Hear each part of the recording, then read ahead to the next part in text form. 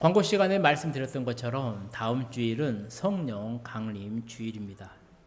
우리 기독교에 있어서 매우 중요한 절기 가운데 하나이죠. 정말로 중요한데요. 의외로 많은 교회들이 또 많은 성도님들이 이 성령 강림주일을 중요하게 생각하지 않습니다. 돌아오는 성령 강림주일을 맞이해서요. 이제 어떤 말씀을 준비할까? 제가 했었던 설교도 한번 돌아보고요.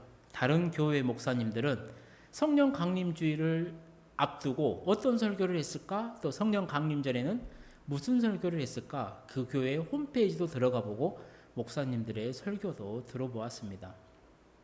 그러면서 실제로 좀 놀라운 부분이 있었는데 그 부분이 어떤 부분이었냐면 실제로 많은 교회들이 성령 강림절날 설교를 합니다. 성령 강림절기에 맞는. 그런데 의외로 많은 교회들이요. 성령 강림주일, 이 성령 강림절날 그에 관련된 설교를 하지 않더라는 것이죠. 어떤 교회는 5월이 가정의 달이기 때문에 가정에 관한 설교를 합니다. 또 어떤 교회는 또 부부의 날이에요. 그래서 부부에 관한 설교를 하기도 하고요. 또 청년주일이기 때문에 청년에 관련된 설교를 하는 교회도 있었습니다.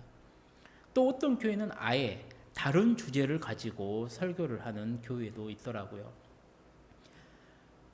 그러면서 제가 좀 적잖은 좀 충격을 받기는 했습니다. 사랑하는 성도님들, 이 성령 강림주일은 매우 중요한 절기입니다. 우리 기독교에는 여러 가지 중요한 절기들이 있어요.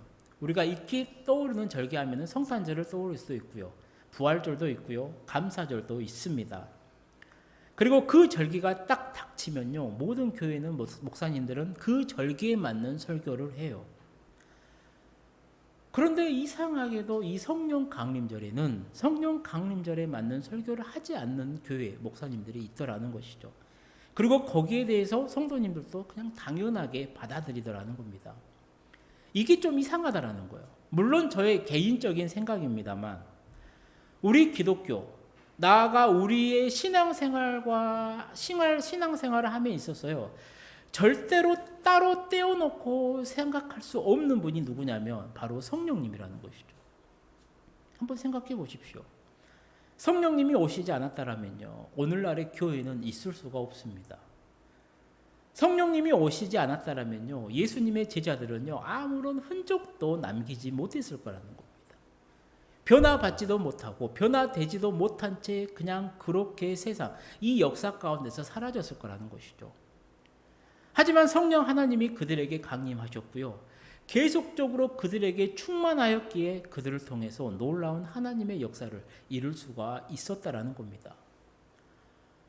오늘 우리들의 신앙생활도 마찬가지예요. 신앙생활을 함에 있어서 가장 먼저 그리고 가장 크게 염두에 두어야 할 것이 바로 이 성령님이라는 것입니다. 왜 그렇습니까? 이유는 딱 하나예요. 하나님은 성령 충만한 사람을 통해서 일하시기 때문이라는 거예요. 교회도 마찬가지입니다. 우리 광주만, 이 광산구, 이 첨단만 해도요, 얼마나 많은 교회들이 있어요. 다양한 교회들이 너무나도 많아요. 대형 교회도 있고요, 중견 교회도 있고요, 우리같이 개척한 교회도 많고요. 또 이 월세를 보내서 그냥 가정에서 예배를 드리는 가정교회도 많습니다. 하나님이 이 수많은 교회 가운데서 어떤 교회를 사용하실까요? 예산이 풍부한 교회, 성도가 풍부한 교회, 모이는 성도들의 달란트, 재능이 풍부한 교회를 사용하실까요? 아니요. 하나님은 절대 그런 교회를 사용하지 않아요. 하나님은 어떤 교회를 사용해서 일을 하시냐면 바로 성령 충만한 교회를 사용하시더라는 것이죠. 그래서 저는 오늘 우리 성도님들과 함께요. 오늘과 다음 주, 약 2주 동안 우리 신앙생활에 있어서 절대적으로 중요하고 필요한 이 성령님에 대해서 생각을 해보려고 합니다. 정말로 바라기는 사랑하는 우리 모든 성도님들께서요. 정말로 주신 말씀 잘 받아서 매일의 삶 속에서 성령님을 사모하고요. 이 성령님의 도우심으로 말미암아 성령 충만한 삶을 살아가시게 되기를 축복합니다. 신학자였던 폴 틸리가요. 현대 교회의 교인들을 이렇게 진단했었습니다. 현대 교인, 성령 충만한 이가 현대 교인들 중 10%는 죽었고 80%는 잠자고 있고 10%만이 깨어 있다라고 진단을 해요. 유명한 신학자가 목사님이요. 이게 왜 이러냐면 성령 하나님과 연결 지켜보면 이렇게 말할 수 있다라는 거예요. 현대 교인들 중 성령으로 충만한 사람이 10%라는 거예요. 그리고 성령이 무엇인지 아예 관심도 없고 모르는 사람이 10%라는 거예요. 그러면 80%는 누구냐? 성령님을 체험해요. 성령님이 누군지를 알아요. 그렇게 살아가는데 성령님이 점차 소멸해가는 사람이 교인들 가운데 80%라는 겁니다. 사랑하는 성도님들, 오늘 우리도 정신을 바짝 차리고요, 내 모습을 돌아봐야 돼요. 나는 어디에 속해 있냐라는 거예요. 나는 성령으로 충만한 그 삶을 살아가고 있는 10%에 속해 있느냐, 아니면 나는 성령님은 알아요, 성령님을 체험은 한 것 같아요. 그래서 날마다 살아가는데 점차 이 성령 하나님이 내 속에서 내 삶 가운데서 소멸해 가고 있는 그 80%에 속하냐, 아니면 나는 애초에 성령 하나님 관심 없고 아직도 성령 하나님이 뭔지 모르는 이 10%에 속하냐. 이 질문을 하면서요, 나의 지금 현재의 신앙 위치를 한번 점검해 볼 필요가 있다라는 겁니다. 이 세상을 살아가는 모든 사람들에게요, 절대적으로 적용되는 진리의 법칙이 하나 있습니다. 그게 무엇이냐면 모든 사람은 숨을 쉬지 않으면 살 수 없다라는 거예요. 그리고 우리는 이것을 호흡이라고 합니다. 호흡을 한자로 쓰면 이렇게 되더라고요. 호흡. 숨 내쉴 호, 숨 들이쉴 흡. 그래서 숨을 내쉬거나 숨을 들이쉬는 것을 우리는 호흡이라고 해요. 그런데 여기서 혹시 이걸 반대로 뒤집어서요, 흡호라고는 왜 사람들이 하지 않을까요? 숨을 내쉬고 들이쉬는 것을 호흡이라고 해요. 뭐 반대로 뒤집어 보면 숨을 들이쉬고 내쉬는 것을 흡호라고 해요. 왜 우리는 호흡이라고 하지 흡호라고 하지 않을까? 닭이 먼저냐 알이 먼저냐, 뭐 이렇게도 생각해 볼 수 있겠지만요, 이 부분에 대해서요, 성경이 명확하게 대답을 해줍니다. 우리 창세기 2장 7절 말씀을 함께 읽어보도록 하겠습니다. 여호와 하나님이 땅의 흙으로 사람을 지으시고 생기를 그 코에 불어넣으시니 사람이 생명이 되니라. 아멘. 그렇습니다. 하나님께서 처음 사람을 만드세요. 흙으로 빚으세요. 그리고 나서 어떻게 하시냐면요, 당신의 생기를 그 코에 불어넣어주셨다라는 거예요. 그러니까 사람이 생명체가 되어서 살아나서 움직였다라는 겁니다. 그러니 최초의 사람이었던 아담부터 시작했어요. 하나님이 가장 먼저 하는 게 뭐냐면 생명의 숨을 불어 넣어 주셨다라는 것이죠. 그러니까 사람의 입장에서는 뭐예요? 하나님이 숨을 불어 넣어 주셨으니까 우리 입장에서는 숨을 내쉬는 걸 먼저 한다라는 겁니다. 그래서 우리는 그것을 호흡이라고 해요. 이렇게 사람은 호흡을 해야 살아갈 수가 있습니다. 그리고 호흡이 끊어지면 우리는 그 사람을 죽었다라고 이야기를 하는 것이죠. 그런데 우리가 알아야 될 중요한 것은 무엇이냐면 지금 우리 모두는 우리가 생각을 하지 않아도 의식을 하지 않아도요, 우리는 호흡을 하고 살아가고 있다는 것이죠. 그런데 우리 눈에 공기가 보입니까? 공기가 보이지 않아요. 그런데 분명한 사실은 무엇이죠? 우리는 눈에 보이지 않아도 이 공기는 존재한다는 겁니다. 그리고 우리는 이 공기를 통해서 호흡을 하고 살아가고 있다는 것이죠. 무슨 말입니까? 공기는 눈에 보이지 않아도요, 존재한다는 겁니다. 그리고 모든 사람은요, 그것을 인정한다는 겁니다. 하나님은 이렇게요, 사람들에게 숨을 불어 넣어 주셨습니다. 그리고 잘 살아가게 했어요. 하나님의 뜻에 따라 순종하면서 행복하게 살아가기를 원하셨어요. 그런데 사람들은 어때요? 하나님의 뜻을 순종하지 않습니다. 하나님의 명령을 거부해요. 자꾸만 하나님으로부터 멀어지려고 한다는 겁니다. 그러다 보니까 사람들이 어떻게 됩니까? 사람들이 악해지기 시작해요. 그때 하나님께서 사용하신 방법이 뭡니까? 유일한 아들 예수님을 이 땅에 보내십니다. 우리를 죄에서 구원하시기 위해 십자가에서 우리를 대신해서 예수님께서 돌아가시더라는 것이죠. 우리가 우리의 죄로, 그 죄값으로 당연히 있어야 될 그 십자가의 자리에 우리의 모든 죄를 지고 예수님께서 대신 올라가셨다라는 겁니다. 그리고 그곳에서 그 구원의 사역을 완성하셨기에 우리가 모든 죄를 사함을 받을 수가 있었다라는 것이죠. 그런데 문제는 뭐냐? 예수님의 이 사역, 십자가와 부활을 사람들이 믿지를 못해요. 자꾸만 예전에 그 악한 모습으로 사람들이 돌아가려고 하더라는 것입니다. 그리고 이러한 상태를요, 이미 예수님도 알고 계셨어요. 그래서 예수님께서 승천하시기 전에 제자들에게 이렇게 말씀을 하십니다. 우리 사도행전 1장 4절에서 5절 말씀을 함께 읽어보도록 하겠습니다. 사도와 함께 모이사 그들에게 분부하여 이르시되 예루살렘을 떠나지 말고 내게서 들은 바 아버지께서 약속하신 것을 기다리라. 요한은 물로 세례를 베풀었으나 너희는 몇 날이 못되어 성령으로 세례를 받으리라 하셨느니라. 아멘. 그리고 이 말씀은 십자가를 지시기 전에도요, 예수님이 제자들에게 하셨던 말씀입니다. 우리 요한복음 16장 7절 말씀 읽어보도록 하겠습니다. 내가 떠나는 것이 너희에게 유익이라. 내가 떠나가지 아니하면 보혜사가 너희에게로 오시지 아니할 것이요 가면 내가 그를 너희에게 보내리니. 아멘. 그리고 예수님의 이 약속하신 대로요, 예수님께서 승천하신 지 10일 만에 오순절 아침에 성령 받기를 간절히 원하고 사모하고 기도하던 그 120명의 제자들에게 성령 하나님이 오십니다. 그렇게 성령 하나님이 그들의 몸에, 그들의 생각 속에, 그들의 마음 속에 들어오신 거라는 거죠. 우리는 이것을 성령 충만이라고 부릅니다. 즉 성령 충만이 무엇이냐? 성령 하나님이 내 몸, 내 마음, 내 생각, 내 삶을 주장하고 인도하시는 것을 우리는 성령 충만이라 말한다는 것이죠.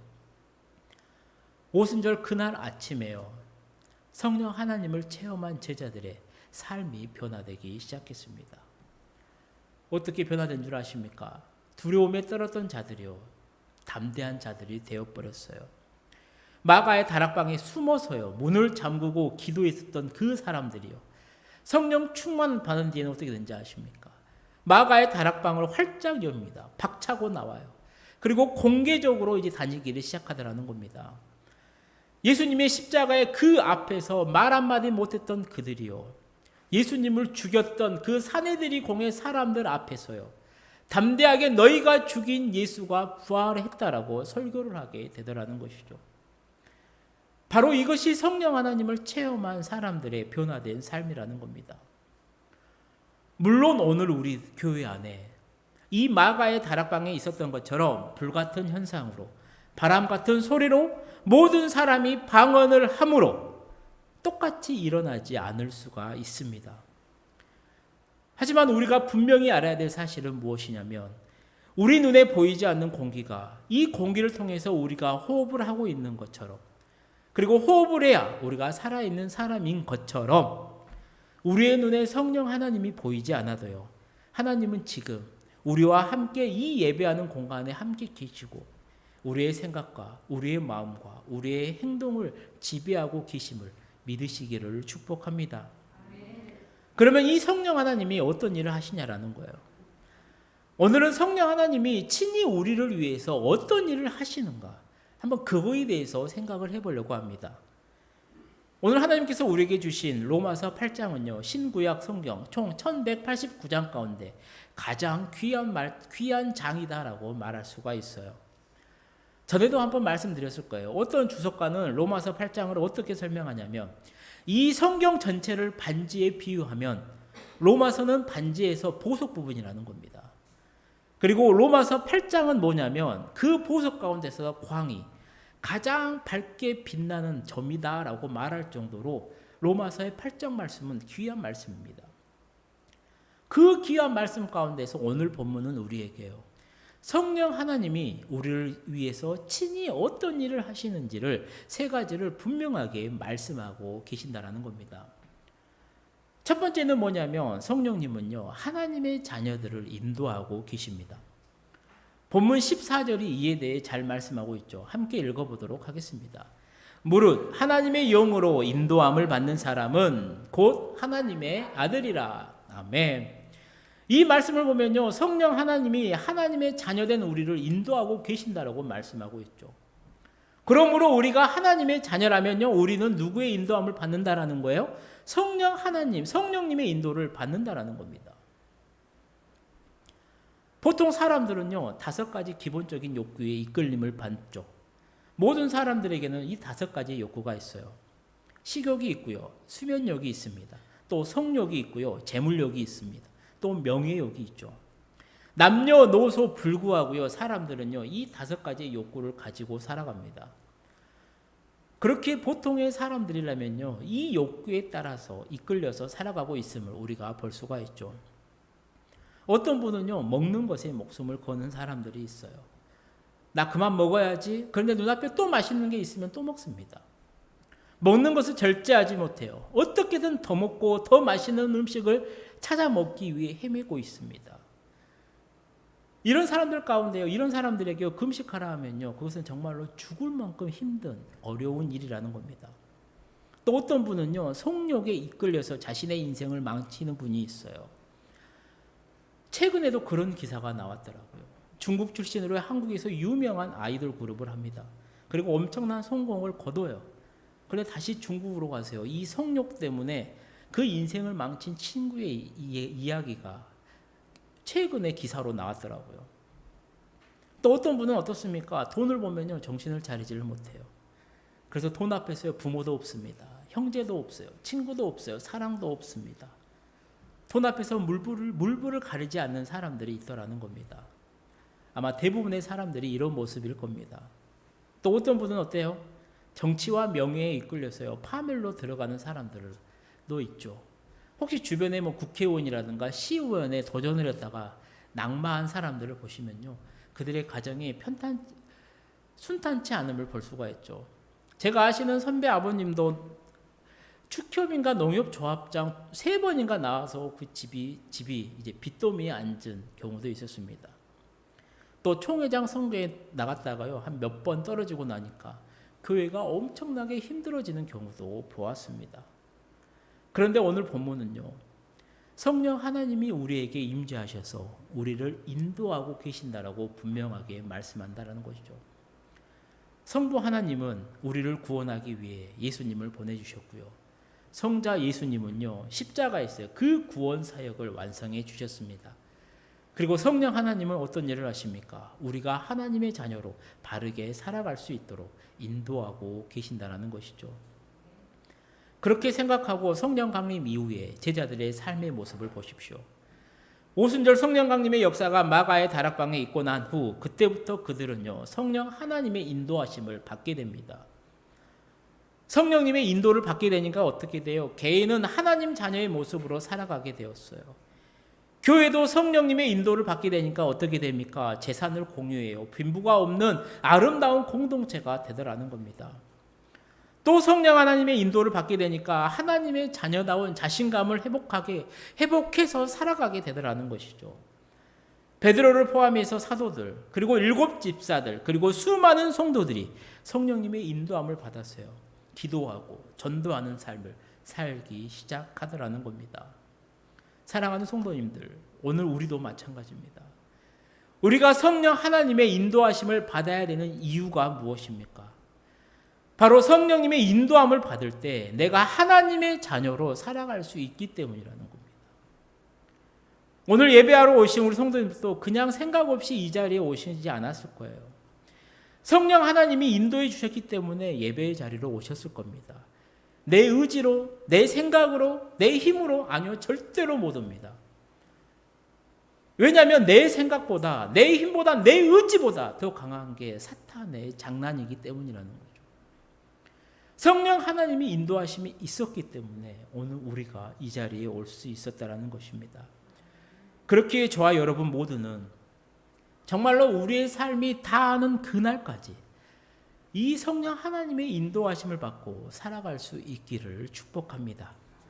그렇게만 된다면 우리의 인생은요, 그 누구보다도 멋진 인생이 될 것입니다. 두 번째, 성령 하나님이요. 성령님이 우리를 위해서 어떤 일을 하십니까? 바로 하나님을 아빠, 아버지라 부르게 한다는 것이죠. 우리 15절 말씀을 함께 읽어보도록 하겠습니다. 너희는 다시 무서워하는 종의 영을 받지 아니하고 양자의 영을 받았으므로 우리가 아빠 아버지라고 부르짖느니라. 아멘. 지금 바울이 예수님을 믿는 이 그 기독교인의 신분을요, 당시 로마 사회에서 그 익숙했었던 양자 제도를 가지고 설명하고 있어요. 로마 시대에서는 이 양자 제도가 익숙했습니다. 로마의 초대 황제였던 아우구스투스도요, 가이사라의 양자가 됨으로써 황제가 될 수가 있었죠. 그리고 우리가 너무나도 잘 알고 있는 폭군 5대 황제였던 네로 황제 또한 마찬가지예요. 그의 옛 가정은 절대로 황제가 될 수 있는 신분이 아닌데요, 클라우디우스 황제의 양자가 됩니다. 네로가. 그러면서 황제가 될 수 있었다는 것이죠. 그래서 지금 사도 바울은 로마에 있었던 이 기독교인들에게 양자 제도를 가지고 기독교인도 처음에는 사탄의 종에서 나중에 하나님의 자녀가 되었다라고 말씀하고 있다라는 것이죠. 로마 사회에서 양자가 되었다라는 것은요, 몇 가지의 특징이 있습니다. 첫 번째 특징이 뭐냐면요, 양자가 되면요, 그가 가졌던 옛 가정의 권리를 다 포기하는 겁니다. 이제는 새 가정, 새 질서에 들어온다라는 것을 의미해요. 새 아버지의 신분을 가지게 된다라는 겁니다. 그래서 양자가 되면요, 내가 예전에 옛 가정에서 가지고 있었던 그 모든 의무에서 다 회복이 돼요. 해방이 돼요. 이제는 새 아버지와 함께 살면서요, 새 의무에 매이게 되더라는 겁니다. 바로 이것이 양자됨의 의미예요. 오늘 우리들도 마찬가지라는 겁니다. 사탄의 종, 사탄의 자녀로 살다가 예수님을 영접함으로 하나님의 자녀가 되었다라는 겁니다. 즉 하나님의 집에 양자로 우리가 들어오게 되었다라는 거예요. 그러니 우리는요, 이전에 있었던 옛 가정, 사탄의 가정에 있었을 때 얽매였던 모든 것들로부터 다 해방이 돼요. 이제 우리는 새 아버지의 질서에 들어가게 되었다라는 거예요. 그렇게 하나님의 집에 양자로 들어오게 되니까 어떻습니까? 우리 하나님이요, 하나님 아버지가 얼마나 좋은 분인지를 몰라요. 성경은 하나님에 대해서 이렇게 말을 해요. 하나님은 사랑의 하나님이시다. 용서의 하나님이십니다. 복 주시는 하나님이십니다. 그리고 그분이 바로 나의 아버지가 된다라고 성경은 말한다라는 것이죠. 그래서 성령님을 받은 성도들은요, 하나님을 아버지라고 부릅니다. 그것도 어린아이가 전적으로 아버지를 의지할 때 부르는 호칭인 아빠를 사용하면서요, 하나님을 아빠, 아버지라고 부를 수가 있다라는 것이죠. 사랑하는 성도님들, 그렇게 오늘 내가 하나님을 정말로 거리낌 없이요, 아빠, 아버지라고 부를 수 있다. 그렇다면 우리 성도님 모두는요, 성령 받은 사람이고 하나님의 자녀임을 확신하면서요, 이번 한 주간도 당당하게 승리하며 살아가시기를 축복합니다. 세 번째, 성령 하나님이 하신 일은 무엇입니까? 우리가 하나님의 자녀임을 증언하세요. 우리 16절 말씀을 함께 읽어보도록 하겠습니다. 성령이 친히 우리의 영과 더불어 우리가 하나님의 자녀인 것을 증언하시나니. 아멘. 이 말씀을 쉽게 이해하기 위해서요, 전에 한번 말씀드렸었던 히브리인의 전설 이야기를 하나 다시 한번 들려드리겠습니다. 어떤 히브리인이요, 자기의 아들을 얻고 이제 광야길을 걷습니다. 그 광야길을 걷다가요, 친구를 만나요. 친구를 만나니까 이제 오랜만에 인사도 하고 막 이야기를 하죠. 근데 그 친구가 물어보는 겁니다. 야, 얻고 있는 얘기는 누구냐? 그러니까 히브리인이 말하는 거예요. 내 아들이야. 그 친구가 아들에게 물어본 겁니다. 야, 네가 너를 얻고 가는 이 사람이 너의 아버지냐? 이때 아이가 대답을 하죠. 아니요, 라고 말입니다. 그러니까 아버지가 하도 기가 막히는 거죠. 아이를 내려놓고 이야기하는 겁니다. 야, 내가 왜 네 아버지가 아니냐? 그러니까 아이가 대답한다는 거예요. 왜 당신이 내 아버지입니까? 무엇으로 그것을 증명하겠습니까? 야, 내가 너 업어주지 않았냐? 아이가 대답하죠. 그러면 나를 업어주고 나를 입혀주고 나를 먹여주면 내 아버지입니까? 서로 시비가 벌어졌어요. 정말로 기가 막히죠. 아들은 내가 당신의 아들임을 당신은 무엇으로 증언할 거냐, 증명하겠냐라고 물어주죠. 먹여주고 입혀주고 재워주면 아버지냐고 따지고 있다라는 겁니다. 사랑하는 성도님들, 이럴 때 무엇으로 증명할 수가 있겠습니까? 실제로 이스라엘 역사들이 그랬잖아요. 하나님께서 이스라엘 백성들, 그들의 간구한 기도를 듣습니다. 그리고 정말로 처참했고 정말로 힘들고 고통스러웠었던 그 노예 생활, 430년 노예 생활에서 건집니다. 애굽에서 구원해줘요. 그리고 광야에 딱 내놓습니다. 그리고 하나님이 내가 너희의 아버지야 라고 했을 때요, 이스라엘 백성들은 하나님이 아버지가 됨을 부정하더라는 겁니다. 이럴 때 무엇으로 아버지임을 증명할 수 있겠냐라는 거예요. 초대교회 때로부터 내려오는 증명할 방법이 바로 이겁니다. 이 사람이 너의 아버지다 라고 증명해 줄 사람이 있다라는 겁니다. 바로 그 사람이 어머니라는 겁니다. 만약 아이가 당신이 내 아버지라는 것을 무엇으로 증명할 것입니까? 라고 하는 말을 했을 때 그 옆에 어머니가 계신다라면요, 어머니는 아이에게 이렇게 말할 겁니다. 너 무슨 소리 하느냐? 하늘이 두 쪽 나도 이분이 너의 아버지다. 어머니가 이렇게 증명해 주면요, 이 일은 끝나는 겁니다. 더 이상 할 말이 없어요. 엄마가 이렇게 말을 했는데도 아이가 계속해서 자기는 못 믿겠다, 아니다라고 부정하면요, 그냥 이 아이만 이제 구제불능의 아이가 되더라는 겁니다.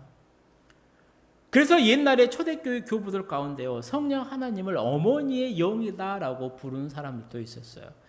어머니의 영이다, 이단이다, 그게 아니라 왜 성령님을 어머니의 영이라고 불렀냐면 성령 하나님께서요, 우리가 하나님의 자녀임을 증거해 주고 우리를 위로해 주는 영이기 때문에 어머니의 영이다라고 부르는 교부도 있었다라는 것이죠. 사랑하는 성도님들, 우리가 신앙생활을 합니다. 막 예수님을 믿어요. 성령 충만하게 살아갑니다. 그 길을 막는 세력이 있어요. 바로 어떤 세력이냐면 사탄의 세력입니다. 그 사탄이 이렇게 말할 겁니다. 이 사람은 내 것입니다. 나하고 모의를 했고요, 나하고 작당을 했고요, 나랑 같이 욕심을 부렸으며 살아왔습니다. 그런데 어떻게 이 사람이 하나님의 자녀입니까? 이 사람 담배도 피고요, 이 사람 술도 먹습니다. 교회도 날마다 빠져요. 성경도 안 보고 기도도 안 합니다. 그런데 이 사람이 어떻게 하나님의 자녀입니까? 사탄이 분명히 이렇게 이야기할 거예요. 그때 우리가 무슨 말을 하겠습니까? 아무 말도 못해요. 왜요? 내가 진짜 그렇게 살아왔기 때문이라. 사탄의 말이 맞아. 나는 그렇게 살아왔어. 나는 하나님의 자녀가 될 수 없어. 그때 성령 하나님이요, 증언하기 시작하더라는 겁니다. 아니요, 이 사람은 이제부터 하나님의 자녀입니다. 예수 그리스도 안에 있고 이 사람은 지금 하나님을 아버지라고 부르고 있습니다. 그리고 양자되는 의식도 거쳤습니다. 내가 거기에 있습니다. 내가 확실히 증언합니다. 바로 성령 하나님이 이렇게 우리가 하나님의 자녀임을 증언해 주신다라는 것이죠. 이제 말씀을 마치려고 합니다. 제 아이들이 집에 하루 종일 있을 때면요, 시간을 정해놓고 이제 TV를 봐요. 예전에 이제 좋아했던 TV 프로그램 가운데 하나가 뭐였냐면 번개맨이었습니다. 저도 이제 이렇게 같이 봤었는데, 번개맨을 보게 되면요, 이제 그 코너 가운데 유명한 이야기, 옛날 이야기, 우리가 잘 알고 있는 이제 그런 이야기를 한 번쯤은 들어봐서 이야기를 해준 코너가 있어요. 이 이야기가 나오더라고요. 기원전 4세기 그리스에서 있었던 일을 이야기를 하더랍니다. 그리스의 철학자였던 핀티아스가, 이 젊은이가 이제 교수형을 당하게 돼요. 사형에 처하게 됩니다. 그런데 핀티아스가 효자였어요. 그래서 왕에게 간청을 합니다. 연로하신 부모님이 계시니까 가서 마지막 인사만 드리고 오도록 허락을 해 주십시오. 당연히 왕이 그 요청을 거부하죠. 이유는 하나입니다. 국법이 흔들릴 수가 있어요. 핀티아스를 허락을 하면요, 다른 사람들도 허락을 해줘야 됩니다. 그리고 집이 멀어서 갔는데 안 돌아오면요, 국법 자체가 흔들릴 수가 있기 때문에요, 이 요청을 거절하려고 하죠. 왕이 고민을 하고 있을 때 핀티아스의 친구였던 친구 다몬이 보장을 합니다. 보증을 서겠다라고 해요. 폐하, 제가 그의 기환을 보증하겠습니다. 그러니 그를 보내주십시오. 다몬아, 만일 핀티아스가 오지 않으면 어떻게 할 거냐? 그러면 제가 친구를 잘못 사귄 죄로 제가 교수형에 처하겠습니다. 받겠습니다. 너는 핀티아스를 믿느냐? 폐하, 그는 제 친구입니다. 왕은 어이없다는 듯 웃으면서 이야기를 합니다. 좋다. 그렇게 다모는요, 친구 핀티아스를 대신해서 기쁜 마음으로 감옥에 가고요. 핀티아스는 고향을 향해 떠납니다. 이제 교수형 처할 그 사형 집행일이 다가와요. 그때까지 핀티아스가 돌아오질 않습니다. 사형 집행일 당일이 되었는데요. 핀티아스가 돌아오지를 않습니다. 모든 사람은 다몬이 어리석었다라고 비웃죠. 그리고 다몬의 가족들 또한요, 돌아오지 않는 핀티아스를 향해서 욕을 합니다. 그리고 사형 집행 시간이 됐습니다. 다몬이 교수대로 끌려옵니다. 그의 목에 밧줄이 걸리고요. 그러자 그의 가족들은요, 더욱더 목소리를 높여서요, 핀티아스 욕을 합니다. 그때 다몬이 이야기를 합니다. 내 친구 핀티아스를 욕하지를 마라. 그에게 무슨 일이 있는지 당신들은 모르지 않지 않냐. 죽음 앞에서도 다몬이 이렇게 의연하게 말을 하자 모두 다 꿀먹은 벙어리가 됩니다. 집행관이요, 이제 왕을 쳐다봅니다. 어떻게 할까요? 왕이 가만히 보다가 이제 손을 들어서 밑으로 내립니다. 그리고 교수형 사형이 집행되는 바로 그 찰나에 한 사람이 숨을 헐떡이며 다가옵니다. 제가 돌아왔습니다. 이제 다몬을 풀어주십시오. 그리고 왕은 이 두 친구의 우정을 보고요, 핀티아스를 사면을 해 주더라는 것이죠. 우정과 의리의 대명사, 서양에서는요, 바로 이 다몬과 핀티아스를, 성경에서는 다윗과 요나단을 이야기를 합니다. 다몬과 핀티아스 같이요, 정말로 같이 목숨을 걸 정도로 친한 사이라면요, 한 가지는 확실할 겁니다. 뭐냐면 서로 마음이 통할 거라는 거예요. 그리고 이 사실은 우리에게요, 아주 중요합니다. 왜냐하면 서로 통하는 것이 있어야 하나가 될 수 있기 때문이라는 겁니다. 그리고 성경도 이 사실을 우리에게 말씀합니다. 하나님의 사람들은 모두 하나님과 통한 사람들이다 라고 말이죠. 사랑하는 성도님들, 우리가 하나님의 사람, 하나님과 통하는 그 사람이 되기 위해 가장 필요하고 중요한 것이 바로 성령님이십니다. 그리고 이 성령님은요, 이미 우리 안에 내주하고 계십니다. 그렇기에 우리는 늘 성령님의 인도하심을 따라 살며 하나님을 아빠 아버지라 부르며 승리하며 살아갈 수가 있다라는 것이죠.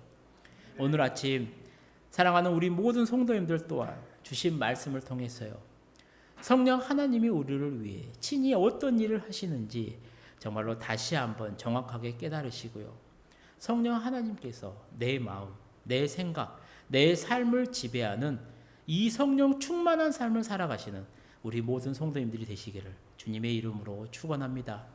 기도하시겠습니다. 사랑의 하나님 아버지, 오늘 또 말씀을 통해 우리가 하나님의 자녀된 사실을 다시 깨닫습니다. 그 귀한 사실을 깨달은 만큼 세상에서 살아가면서도 하나님의 자녀로서 올바르게 살아갈 수 있도록 인도하여 주시고 지혜 또한 허락하셔서 우리 안에 늘 성령 하나님이 내주하고 계심을 잊지 않도록 역사하여 주옵소서. 그래서 이 진리를 붙잡고 사랑하는 우리 성도님들의 삶이 성령 하나님께 붙들려서 성령 충만한 복된 삶을 살아갈 수 있도록